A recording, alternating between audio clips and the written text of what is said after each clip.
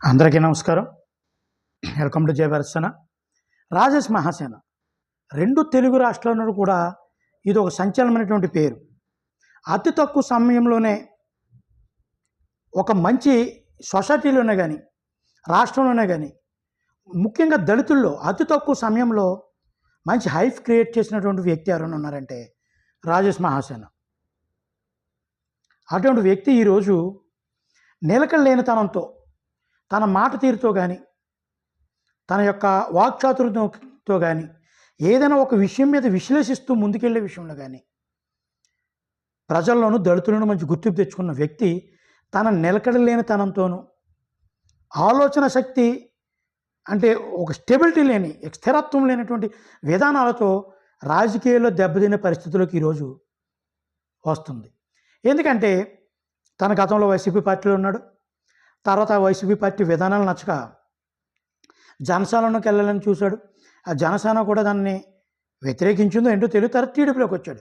టీడీపీలో కూడా ఒక దాంట్లోకి వెళ్ళిన వెంటనే అతను దాంట్లో ఇంకా ఎవరు లేనంత స్పీడ్గా దూసుకుపోతాడు.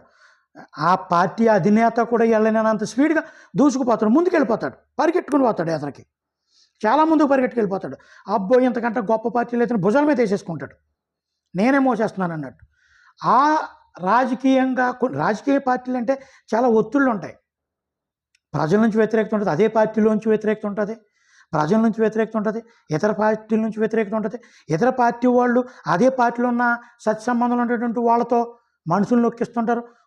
ఇవన్నీ తట్టుకోగలిగితేనే రాజకీయాల్లోకి ఎంటర్ అవ్వాలి. నేను చాలాసార్లు దెబ్బతిన్నాను, డంక ముక్కిలన్నీ దెబ్బతిన్నాను, నేను నా గుండెకే గట్టిపడ్డది అనుకున్న సమయాల్లో తను తీసుకునే నిర్ణయాలు చాలా అంటే రాజకీయ హత్యలు ఆత్మహత్యలు ఉంటాయి అనడానికి రాజేష్ మహాసేన ఒక నిదర్శనం. ఈ రోజున జనసేన పార్టీకి మేము మద్దతును ఉపసంహరించుకుంటున్నాం అని ఇచ్చినటువంటి స్టేట్మెంట్ ఒక గందరగోళాన్ని క్రియేట్ చేసింది. మళ్ళీ అందులో టీడీపీని మేము మెచ్చుకుంటున్నాం, చంద్రబాబు చాలా మంచోడు, ఇటువంటి స్టేట్మెంట్లు ఇవ్వడం జరిగింది. ఇది మంచిదంటూ టీడీపీ కూటమిలో వెళ్ళినటువంటి జనసేనని విభేదించడం కూటమికి విరుద్ధమే కదా. నువ్వు అధికార ప్రతినిధిగా ఉన్నాం కదా ఒక పార్టీకి, దాని విలువలు కాపాడుకోవాలి కదా. లేదంటే రిజైన్ చేసి బయటకు వెళ్ళిపో, అప్పుడు విమర్శించు. ఎలక్షన్ దగ్గరికి వచ్చాక ఈ గేమ్ ఏంటి? యూట్యూబర్ కదా, నువ్వు ఎన్నో సబ్స్క్రైబ్స్ ఉన్నారు కదా అనుకుంటే అది ఎంతవరకు ఉంటుంది? అది నీ నిబద్ధత, నీ విధానాలకి, జనాలు నమ్మే విధానాల్లో కూడా ఇతను నిలకడలేదు. ఇతను కూడా వెళితే మనం కూడా ఇప్పుడు దెబ్బతింటాం అనేటువంటి ఒక విధానంలోకి నువ్వు తీసుకెళ్ళిపోతున్నావు. ఒక స్టాండర్డ్గా ఉండాలి ఏ నాయకుడైనా, నువ్వే పార్టీలో ఉన్నా ఒక స్టాండర్డ్ ఉండాలా, ప్రజలకు ఒక విధానాన్ని వివరించగలగాల.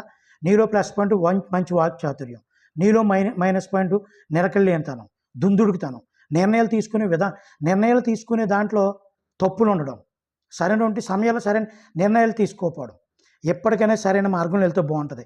అంతేగాని ఒక రాజకీయ పార్టీలు ఉంటే ఆ రాజకీయం దెబ్బ కొట్టాలనుకోవడం, బయటికి వెళ్ళిపోయి నీకు ఏదో చేయలేదు కదని వెంటనే విమర్శించుకోవడం. అలా అనుకుంటే ఎన్నో సంవత్సరాల పాటు రాజకీయాలు ఉన్నవాళ్ళు కూడా ఎటువంటి టిక్కెట్లు లేకపోయినా ఎటువంటి పదవులు లేకపోయినా నమ్ము ఉన్నారు కాబట్టి ఒకనొక సమయంలో వాళ్ళకి మంచి పదవులు వచ్చినాయి. ఉదాహరణకు చినరాజప్ప లాంటి వాళ్ళు, అలాంటి వాళ్ళు చాలామంది ఉన్నారు. అది ముందు తెలుసుకుంటే రాజకీయాల్లో ముందుకు వెళ్ళగలవు. నువ్వు వేరే రాజకీయ పార్టీ పెట్టినా సరే నీలో నిలకడ తత్వం ఉంటేనే నువ్వు ముందుకు వెళ్ళగలవు. ఓకే, జై భీమ్.